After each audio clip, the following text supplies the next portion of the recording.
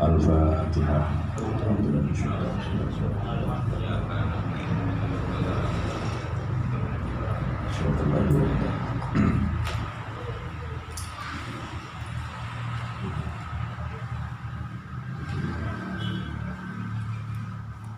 Bismillah, alhamdulillah, wassalatu wassalamu ala rasulillah sayyidina Muhammad wa ala alihi wa sahbihi wa mawala. Hukukul muslimin utawi iki iku pira-pira hake wong Islam. An Abi Hurairah dari saking Abu Hurairah radhiyallahu ta'ala anhu wa anna Rasulullah satamane kanjeng Nabi Muhammad sallallahu alaihi wasallam iku kala dawuh sapa Rasul hakul muslim utawi hake wong Islam siji al muslimin pasti wong Islam iki iku situ ana kila dan membedakan wama kila dan membedakan apa ma utawi apa iku guna iku apa guna utawi situ. Ya Rasulullah wala nanti pasokan di Nabi idalah kita nalikane tetamu siro muslim fasalim mongko ulu salam siro alaihi atas muslim wa ila da'ala nalikane undang sapa muslim kaing siro fajib mongko nyembadono atau nekanono siro ing muslim wa ida sahalan nalikane jalu nasihat sapa muslim kaing siro faksa mongko nasihatono siro lahu maring muslim wa ila atasa nalikane mahi sapa muslim fahamida mongko muji sapa muslim Allah Gusti Allah fasyahid mongko duna no siro ing muslim wa ila marido nalikane loro sapa muslim fa'ud mongko nyambang ono sira ing muslim wa idza mata nangane seto sapa muslim fattabi mongko anut sira ing muslim rawahu muslim.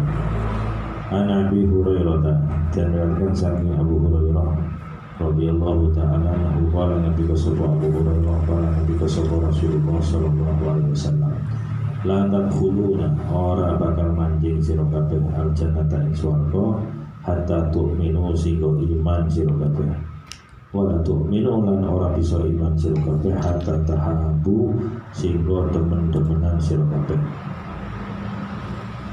Awala adulukum ana ta ora nuduhaken sapa ingsun kum ing sira kabeh ala syai'in ing atase suci-suci ida fa'altumu kang nalikane nglakoni sira kabeh Uin syai'in tahabat tu mongkot demen-demenan sira kabeh arsyu nyebaraken sira kabeh assalamu alaikum salam bainakum ing dalam antar sira kabeh muslim.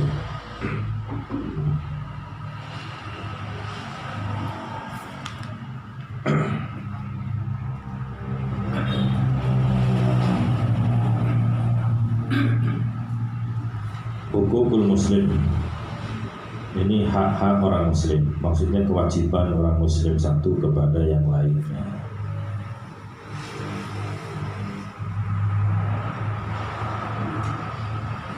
Baginda Rasul sallallahu alaihi wasallam bersabda, kewajiban orang muslim kepada yang lainnya itu ada 6 perkara.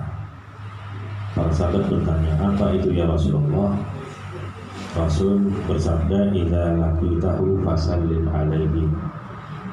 Jikalau engkau bertemu dengan dia, berpapasan dengannya, maka ucapkanlah salam. Jadi kudu urut salam. Urut salam ini hukumnya sunnah, tapi jawabnya wajib. Sunnah kali wajib saya undi. Saya sing wajib. Tak, saya sing wajib. Urut salam itu hukumnya sunnah, jawabnya hukumnya wajib. Wajib kali sunnah saya undi. Saya sing wajib. Tapi lek ditakoni niku uluk salam, kalau jawab salam sing pundi sing saya sing uluk salam. Terus Kanjeng Nabi aulan nas man bada'a bis salam. Wong sing luwih utama niku wong sing gelem ngawiti salam. Dadi aja leren ngenteni wong liya uluk salam baru kita menjawab salam.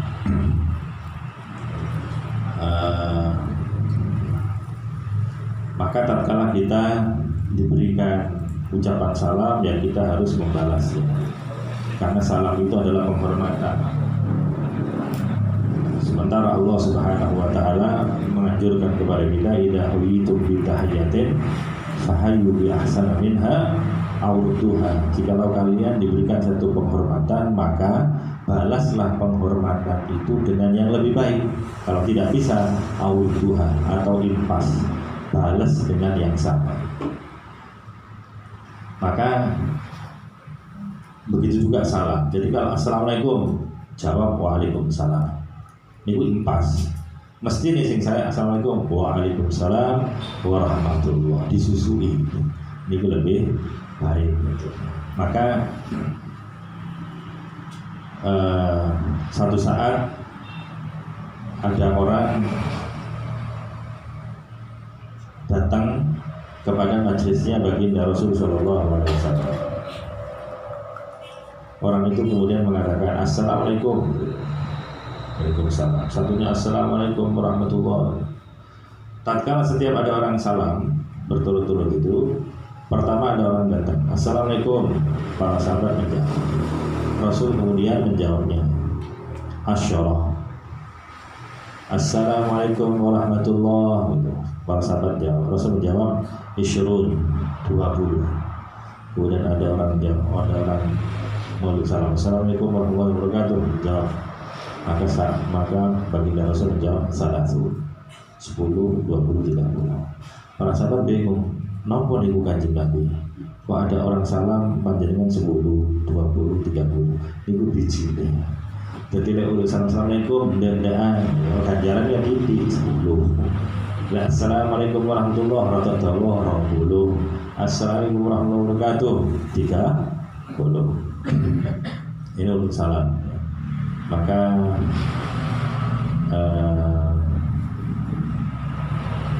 jangan lupa tatkala bertemu untuk salam. Dan alhamdulillah ini sudah menjadi tradisi dalam bangsa ini. Tatkala kita telepon mesti assalamualaikum, gitu, waalaikumsalam. Gitu. Artinya budaya ini bahkan non muslim pun, saya ada kenalan non muslim kalau telepon ya assalamualaikum, gitu.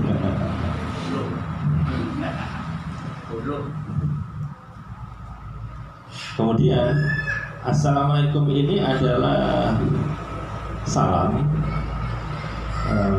yang dianjurkan tatkala kita bertemu, bertatap muka, barusan ketemu salam. Dan ini tidak dimiliki oleh agama-agama yang lain. Wong Nasrani ora duwe, wong Yahudi gak duwe.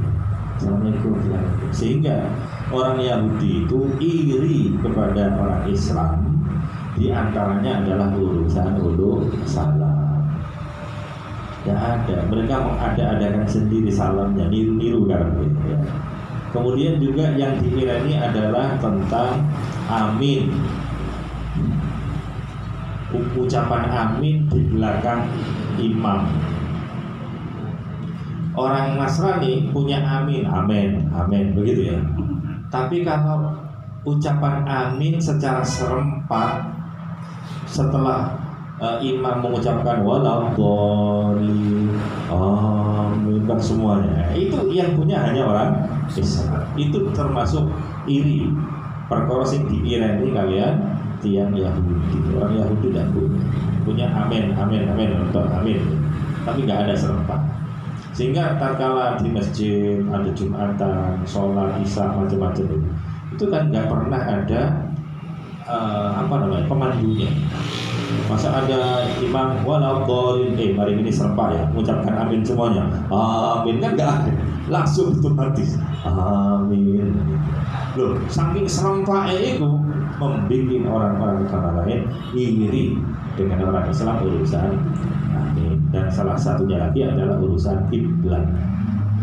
Karena kita memiliki kiblat, agama lain nggak ada kiblatnya. Orang Islam itu disiplin kiblat, urip madhep kiblat, sampai mati pun madhep kiblat, kecuali yang mati gara-gara corona. Dilebok nang peti mbuh madhep nang endi itu malah-malih. Semuanya madhep. Nah, kalau kita lihat misalnya kuburan non muslim, itu orang-orang masih kerapi. Madhepnya morat marit, mati urip wis morat marit, yang mati pacet morat marit kayak begitu. Jadi ngono wis ketok di sini bener itu. Itu urusan salam. Kemudian yang kedua, wa idza da'aka fa'ajibhu. Tatkala ia mengundangmu, maka datangilah. Tapi kalau diundang sama saudara, sama teman sesama muslim, maka harus didatangi. Undangan-undangan, utamanya adalah undangan walimatul urus, itu wajib datang. Wa idza da'aka fa'ajibhu. Ono berkat, kalau berkat itu betul. Ojo ditolong si ono berkat itu teko. Kalau berkat itu sak teko. Wa idza stansahaka fansah lahu. Jikalau dimintai nasihat, maka berikanlah nasihat. Maka santri kalau diminta untuk memberi nasihat atau ceramah, gelem itu dimintai nasihat. Saya itu dulu teringat ada manten pas di Batu kalau nggak salah. Saat itu saya belum menikah, disuruh hikmah nikah. Nah, berarti kan nasihati urusan nikah. Saya tidak mau ngapunten, wong kula ning durung rapi. Lha terus nopo? Jare ngomong kok gak ilo. Wong durung nglakoni kok nasihati. Kata orangnya, oh sampean iki. Nopo? Wong sampean iki lho, ya lek ana wong mati ya nasihati urusan kematian. Apa sampean tau mati? Kula eling, iya ya. Jadi gak kudu nglakoni dhisik. Guru-guru atau ustadz di pondok pesantren ngaji bab fikih urusan nikah. Padahal ya gurung nikah. Waduh, gak wani aku gurung nikah. Ya terus apa sih kan ngajar bab nikah? Karena kudu nikah kabeh. Itu nasihat. Nasihat itu aslinya nasihat itu berasal dari kalimat nasoha. Nasoha itu artinya bening, bersih. Itu artinya itu adalah nasihat. Nasihat. Maka nasihat itu adalah iradatul khairi lil mansulilah. Iradatul khairi, menghendaki kebaikan untuk orang yang dinasihati. Nasihat. Jadi bukan karena ada udang di balik batu. Nasihat karena arti nasihat itu adalah bening, bersih, maka tidak ada maksud apa-apa di dalam hati kecuali menginginkan kebaikan untuk orang lain. Nasihat. Maka nasihat dalam arti nasihat itu bukan hanya menasehati, pokoknya menghendaki kebaikan untuk orang lain, itu namanya nasihat. Contoh misalnya, ada seorang sahabat Nabi namanya Jarir bin Abdullah. Jarir bin Abdullah ini satu saat ingin membeli kuda.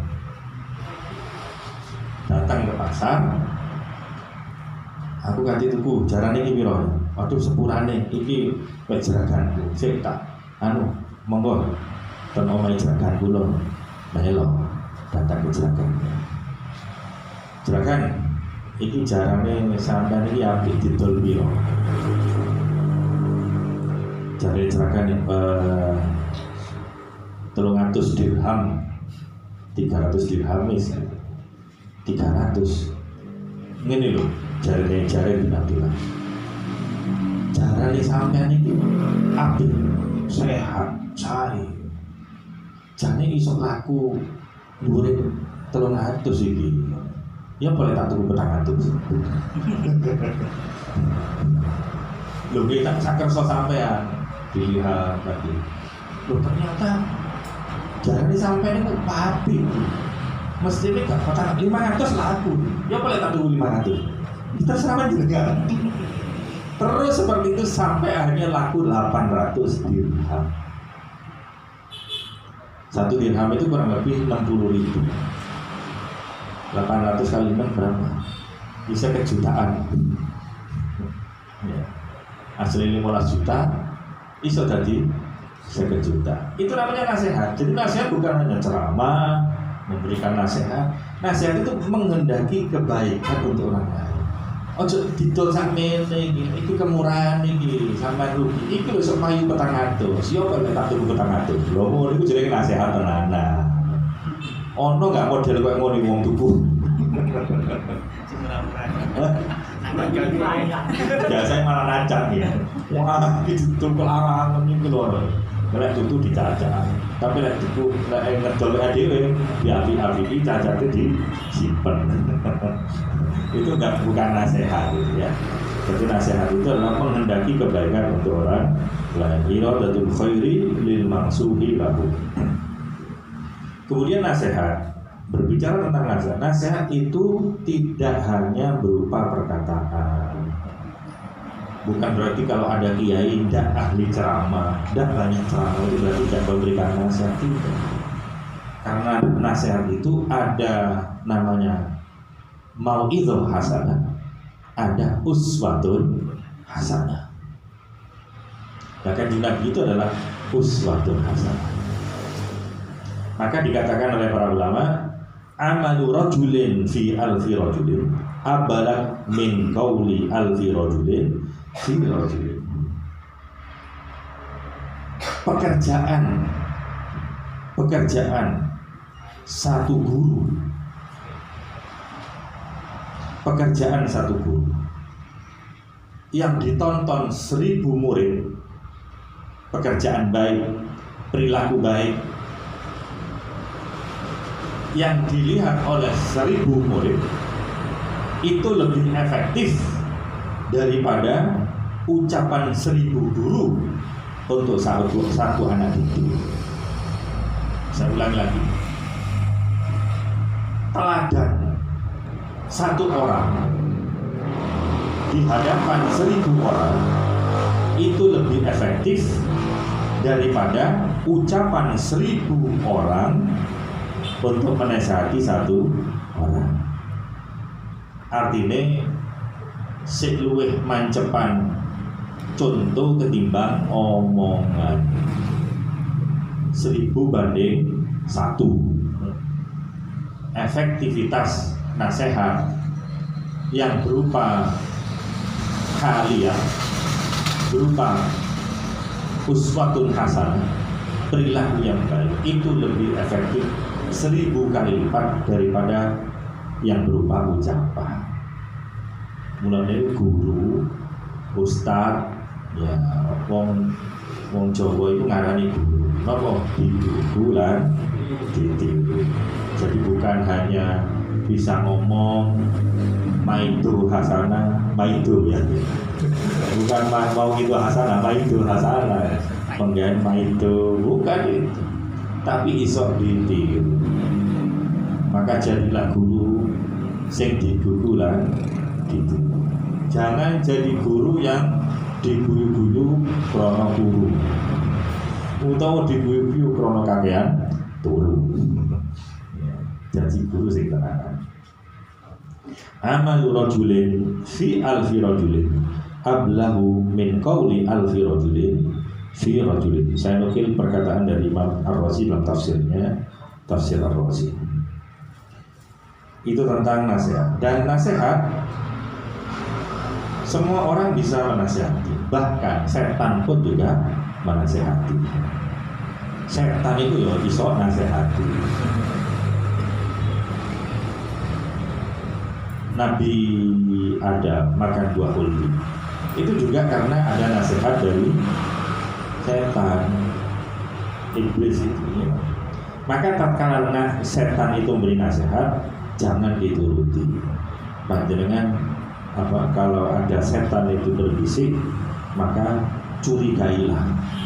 Ini dirasa Imam Al-Busiri di dalam burdahnya.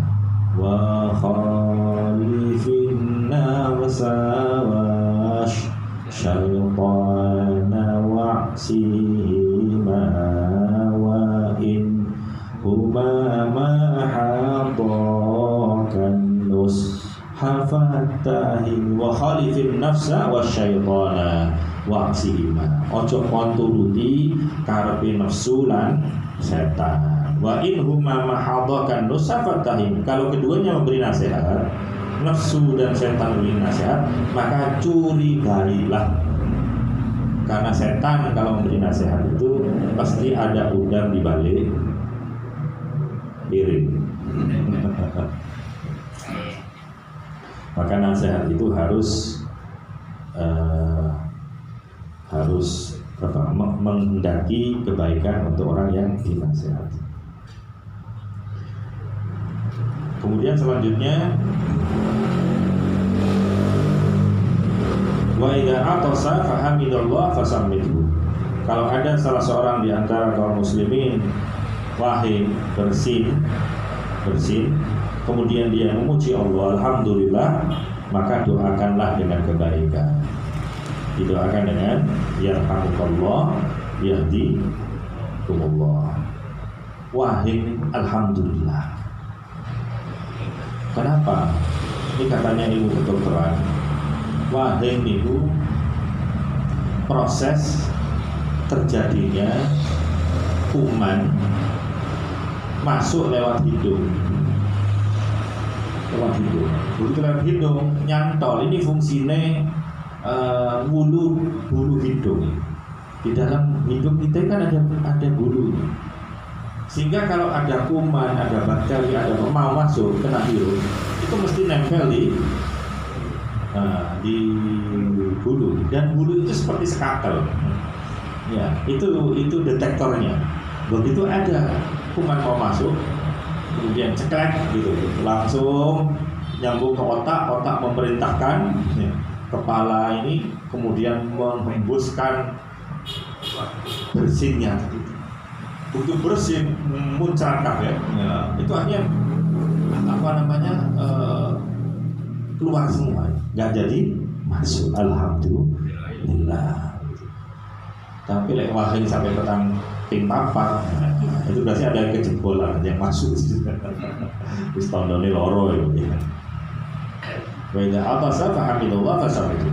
Wa idza marida fa'udhu. Kalau ada yang sakit, maka hendaklah engkau menjenguknya. Menjenguk orang yang sakit itu pahalanya luar biasa, besar sekali. Man ada maridon nada munadin minas sama. Barang siapa yang mengunjungi orang yang sakit, maka dari Allah langit itu ada yang menyuruh, tibata wa taba mamsyaka. Sungguh baik kamu dan sungguh baik perjalananmu.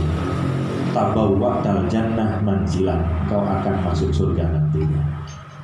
Di ganjarannya menjenguk orang yang sakit. Maka jangan sia-siakan. Kalau ada orang sakit, jenguk. Itu pahalanya gede.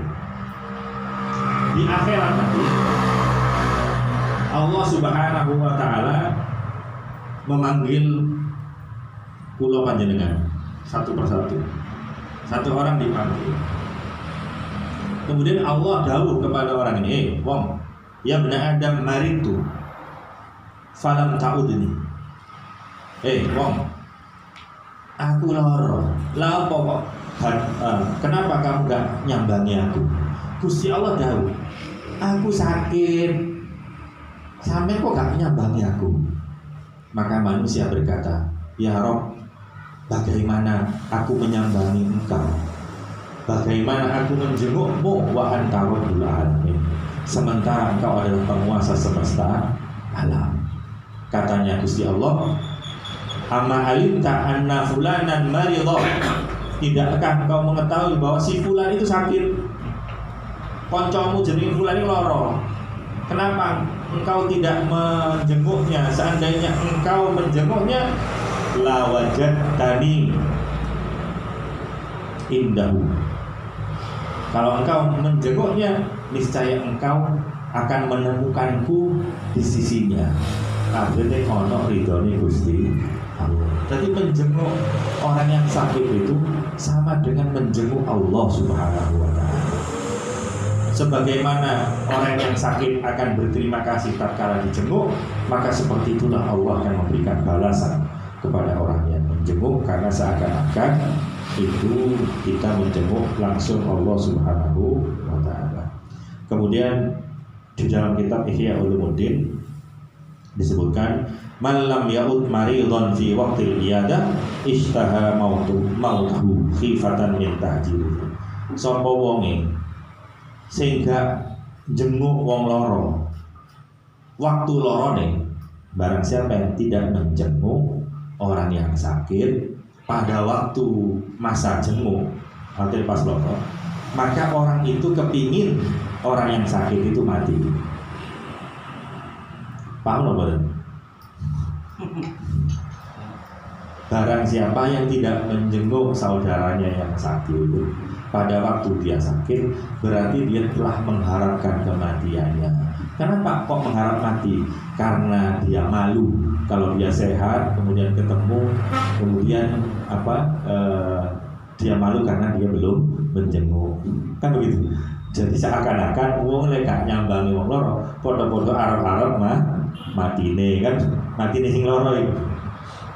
Saking dari dianjurkannya untuk menjenguk orang yang sakit. Kemudian yang terakhir, wa idza mata fattabi'u. Dan tatkala ada orang yang mati dari kalangan kaum muslimin, maka ikutilah jenazahnya. Melok nang kuburan maksudnya, iring-iring nang kuburan. Ganjarane gede. Kelakuan sing ringan tapi pahalanya kau gede. Itulah orang mati. Terus Kanjeng Nabi, man syahidal janazah hatta yusalla alaihi falahu qirat. Wa man syahidal janazah hatta tudfan falahu qirat. Barang siapa yang menyaksikan jenazah takziah kemudian ikut mensolatinya, maka dia mendapatkan pahala sebesar 1 qirat. Kalau dia ikut ke kuburan mengantarkan jenazah sampai dia dikubur, maka akan mendapatkan pahala 2 qirat.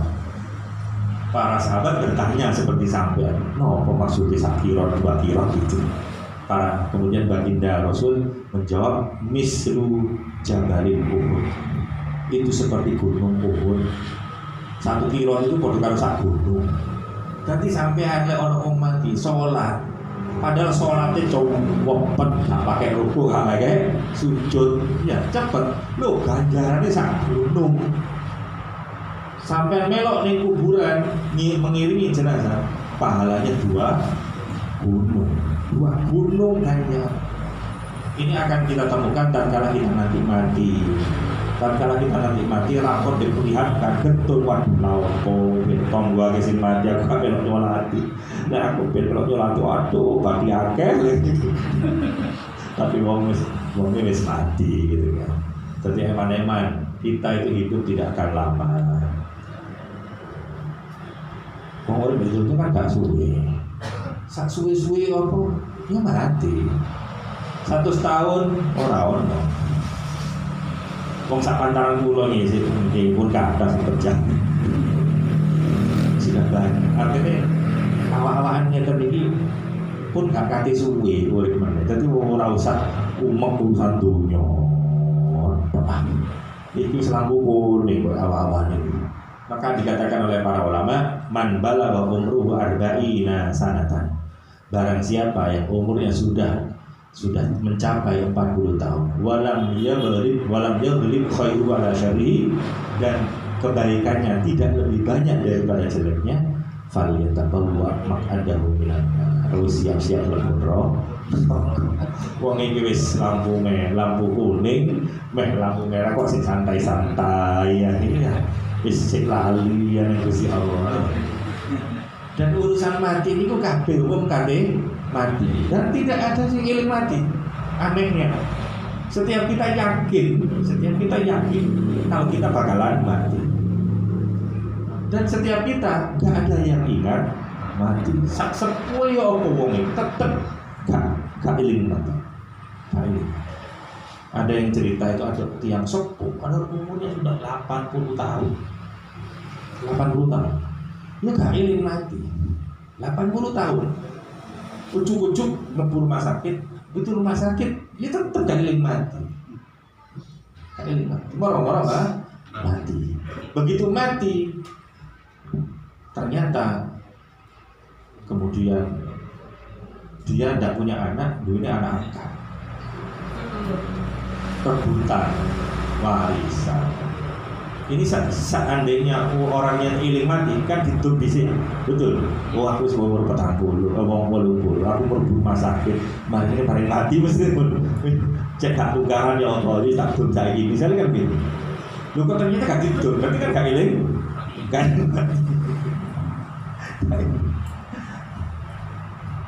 Akhirnya tonggone tahlilan, anak-anak tukaran, rebutannya.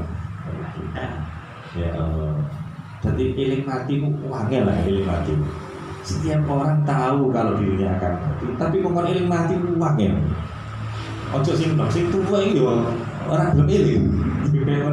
Jadi gak iso otomatis moro-moro iling. Oh lah aku lah iling mati ya. Gak bisa. Iling mati kudu dibiasa. Maka kata para ulama dulu lah sampean kaki dulu ojo lali. Di sore kali itu sampai naruh wasiat. Engkau lihat aku mati, gini. Begitu harus ada itu. Lek sampai gak jalan itu berarti sampai lali, lek tema mati. Lek wasiat kan iling oh, jangan-jangan nanti aku mati, turu gak iso tangi. Iki aku lek mati kan kena anakku gak tukaran, iki tanggunganku apa macam-macam ditulis itu wasiat. Taruh di bawahnya bantalan. Bukan eling mati ya Allah. Ya muga-muga dawa umur kabeh. Cuma sekali lagi sak dawa-dawane umur. Wong sing gak gelem mati Nabi Musa. Nabi Musa ditekani malaikat maut. Tapi rupa manusia. Medhayu nang Nabi Musa. Ditakoki sapa sampean? Kula malaikat maut. Lah apa? Kate jabur nyone sampean. Oh kurang ajar sistem pilih Nabi Musa. Belayu malaikat maut. Bareng belayu, matur-matur nang Gusti Allah matur. Kenapa mereka? Waduh, Gusti dengan salah kirim. Lu kok saged? Ba'atsani ila abdin la yuridul maut. Jenengan ngirim kula dumateng tiyang sing gak gelem mati. Lha sapa iku? Allah wis tahu saja ini. Sapa nih? Musa. Oh, Nabi. Ya wis, bali omene. Niku nang Nabi Musa. Kongkonen tangannya ini, telapak tangannya, kongkonen cekelno neng wetengi sapi, kalau sapi cekel. Maka setiap bulu yang ketutupan itu, nanti Allah akan memberikan panjang umur, tambah 1 umur 1 tahun, setiap bulu. Jadi, tangan ini bulunya bintang nanti, sing ketutupan. Pinter Pak. Katai 9.977. Gak percaya itu kan dhewe. Wong kula gak ngitung. Terus Nabi Musa tanglet. Lho, masih akeh hulu sakmono iku. Lek dicabuti situ. Suwe-suwe entek. Mari Nabi Musa tanglet. Summa ma'ada. Lek entek terus apa? Lau pola entek. Apa katanya? Mereka semal maut ya mati. Ya apa didakwa apa ya tetap panggang mati. Cari Nabi Musa ya wis ben mati saiki mati. Ya wis saiki ya wis mati. Akhirnya dicabut nyawa. Lalu mereka mau. Ya Allah. Kula niki loro niku pun macam-macam. Seminggu kalau ini nggak bisa jalan berarti. asam urat. Asam urat. Akhirnya kula niku tumbas cek-cekan, cek tes-tesan niku. Benten tes lho teh, pinten. Modul apa munggah. Dicek-cek lah. Cek-cekan niku sak botol itu ada 20 kalau ada 20 biji, 20 tes-tesan. Tes-tesan. Itu begitu dibuka, itu usia pakainya 2 bulan. Digawe gak digawe kadaluarsa. Begitu dibuka tesnya. Misal di eman-eman. Oh ini larang itu. Enggak lihat butuh baik. Kalau orang bulan gak bisa digawe itu. Jadi harus digawe ya bendino orang bulan mati istilahnya. Orang bulan expired gitu. Nah itu dipakai gitu. Kita pikir-pikir uang ini podo karo ngono iku. Podo karo tes-tesan itu. Lah nopo? Itu kan sudah ditentukan ajalnya. Expirednya kapan gitu kan. Itu digawe gak digawe ya tetap sakmono. Jadi tes-tesan kalau nggak tak pakai, ini tetap nggak bisa dipakai nanti. Kalau dipakai, ini tetap segitu. Mending kode-kode nanti expired, ya mending dipakai. Maka saya ingat, iya, wong urip itu mulai. Lapo-lapo gak lapo-lapo, ya mati nih kode. Maka hidup ini jadilah orang yang bermanfaat untuk orang lain. Jadi tidak bermanfaat, coro sampai gak sodako, duit dipek dewe, ya mati nih ya sakmono. Sampai sodako kayak, ya mati nih sok, kodo mati nih sakmono, gak berubah, ya mending kita gunakan ya, hidup kita untuk kemanfaatan untuk orang lain. Muka-muka tua umur, sehat walafiat. Muka-muka bapak ibu lan rencang-rencang sing sampun tilar dunya, mudah-mudahan diampuni dosa-dosanya oleh Allah, diterima amal ibadahnya oleh Allah, ditinggikan derajatnya oleh Allah. Ya orang sing sakit dari alumni maupun keluarga, mudah-mudahan segera disembuhkan oleh Allah Subhanahu wa taala. Semua kita dijauhkan dari bala bencana pandemi corona. Mudah-mudahan meskipun pandemi berkepanjangan, belum ada kejelasan kapan akhirnya, mudah-mudahan Allah tetap melimpahkan rezeki yang halal, rezeki yang barokah, rezeki yang mengantarkan kita untuk semakin dekat sama Allah, ingat sama Allah, dan kita mendapatkan husnul khotimah. Al-Fatihah. Dalam syaitan sallallahu alaihi wasallam. Subhanallah wa bihamdihi astaghfiruka wa atubu ilaik. Ya Rabbi bil Mustafa balligh maqasidana wa bilana amadaya wasi'an karami. Ya Rabbi bil Mustafa balligh maqasidana wa bilana amadaya wasi'an karami. Ya Rabbi bil Mustafa balligh maqasidana wa bilana amadaya wasi'an.